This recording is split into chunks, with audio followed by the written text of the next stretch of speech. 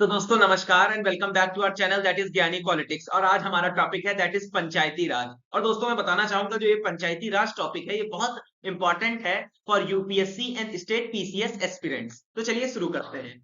पंचायती राज, तो सबसे पहले मैं आपको बताना चाहता हूं जो पंचायती राज है ये नाम रूरल लोकल सेल्फ गवर्नमेंट को दिखाता है। सेकेंड ऑफ ऑल इसको कॉन्स्टिट्यूशनलाइज किया गया था 73rd कॉन्स्टिट्यूशनल अमेंडमेंट एक्ट 1992 के अंतर्गत। अब इवोल्यूशन ऑफ पंचायती राज मतलब इसका इस कॉन्सेप्ट का शुभारंभ कहां से हुआ, तो सबसे पहली इसमें कमिटीज आती हैं। पहली है बलवंत राय मेहता कमेटी, ये स्टेबलाइज की गई थी जनवरी 1957 में। डेट जरूर नोटिस कर लीजिएगा दोस्तों। अब the government of India appointed a committee to examine the working of the community development programme and the national extension services. तो देखिए जो गवर्नमेंट ऑफ इंडिया है कि देखने के लिए कि कैसा सिस्टम चल रहा है कम्युनिटी डेवलपमेंट प्रोग्राम्स का और नेशनल एक्सटेंशन सर्विसेज का, और अपनी कुछ रिकमेंडेशन सजेस्ट करे, इसलिए एक कम्युनिटी अपॉइंट की जिसके चेयरमैन थे बलवंत राय जी मेहता, और इसी कम्युनिटी को कहा गया बलवंत राय मेहता कम्युनिटी।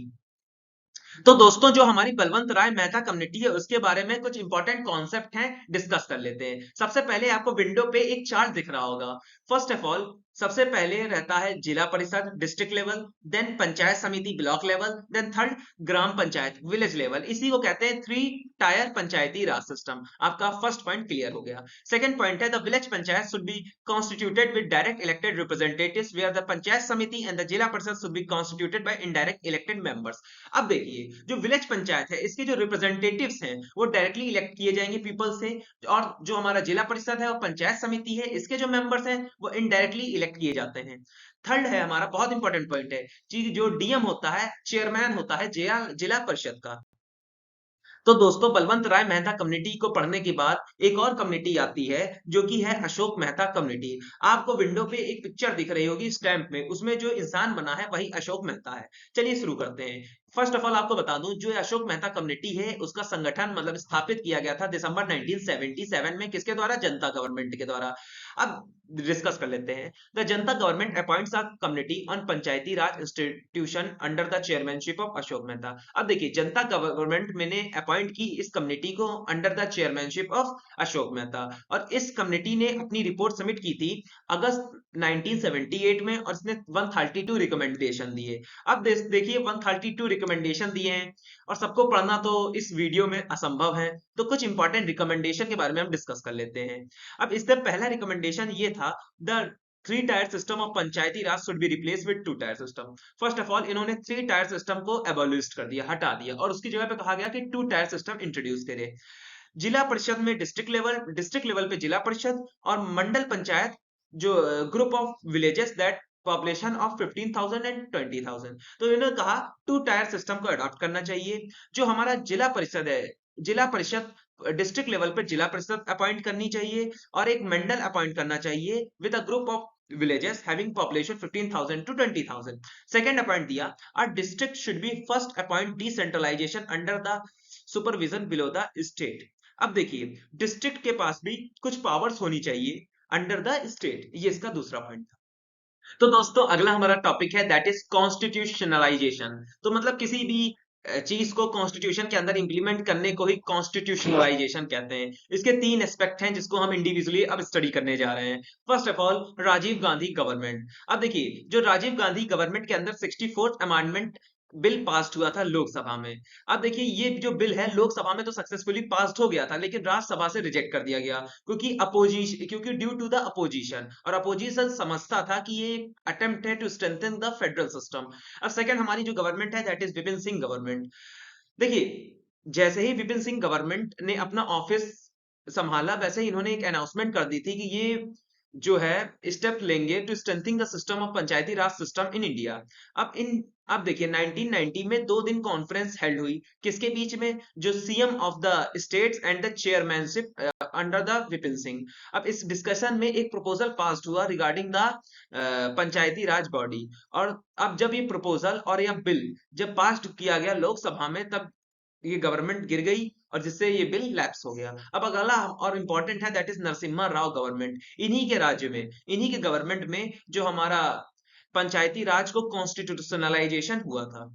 अब देखिए the government under the prime ministership of BV Narasimha Rao consider the matter of constitutionalisation of Panchayati Raj body. अब देखिए, under the Congress under the prime ministership of PV Narasimha Rao फिर से इस मैटर पे दखल दिया और इन्होंने फिर से फोर्स डाला पंचायती राज बॉडीज पे।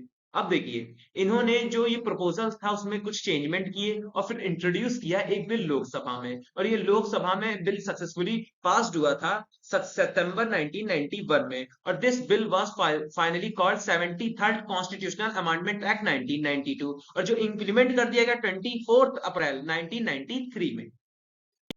तो दोस्तों, जैसे कि अभी हमने जाना, जो कांग्रेस थी उसने इंप्लीमेंट किया 73rd अमेंडमेंट एक्ट 1992। अब इसके बारे में डिस्कस कर लेते हैं। This act has added new part 9 to the constitution of India. अब इस एक्ट में पार्ट 9 कॉन्स्टिट्यूशन में ऐड किया गया। अब देखिए, जो ये पार्ट था इसका नाम दिया गया दी पंचायत, और इसमें क्या था, इसमें आर्टिकल 243 से लेकर 243 तक के सारे प्रोसीजर थे। In addition, this act can also added 11th schedule of the constitution and this schedule contains 29 functions। अब देखिए, इसके साथ साथ इसमें जो है 11th शेड्यूल कॉन्स्टिट्यूशन का ऐड किया गया जिसके 29 फंक्शंस थे, जो आता है आर्टिकल 243G के अंदर। The provision of act can be group into 2 categories. अब जो हमारा 73rd अमेंडमेंट एक्ट है इसको 2 कैटेगरीज में बांटा गया है। First, compulsory provision act and second that is voluntary provision act. अब अगर कंपलसरी की बात करें तो ये स्टेट लॉज के अंदर आता है for creating the panchayati raj system, और जो voluntary provision ensure that the right of a state to take the local factor.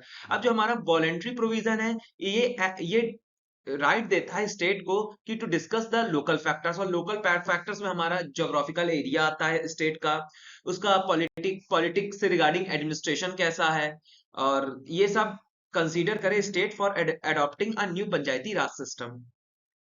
तो दोस्तों, जो 73 अमेंडमेंट एक्ट 1992 है उसके जो कंपलसरी और वॉलेंट्री प्रोविजन है उसको अब हम इंडिविजुअली स्टडी करने जा रहे हैं। तो now we identify the compulsory and voluntary provision of the 73rd constitutional amendment act part 9th of the constitution. अब देखिए, जो कंपलसरी प्रोविजन है उनको हम ऑब्लिगेटरी और मैंडेटरी प्रोविजन भी कहते हैं, वाइल जो वॉलेंट्री प्रोविजन है उसको ऑप्शनल फीचर्स भी कहते हैं। ये 73rd कॉन्स्टिट्यूशनल अमेंडमेंट एक्ट के अंतर्गत आता है और ये पार्ट 11 ऑफ द कॉन्स्टिट्यूशन भी कहा जाता है। तो दोस्तों अब हम डिस्कस करने जा रहे हैं कंपलसरी एंड वॉलेंट्री प्रोविजंस। तो देखिए, कंपलसरी प्रोविजन में क्या क्या आता है। फर्स्ट ऑफ ऑल, ग्राम सभा इन अ विलेज और अ ग्रुप ऑफ विलेज।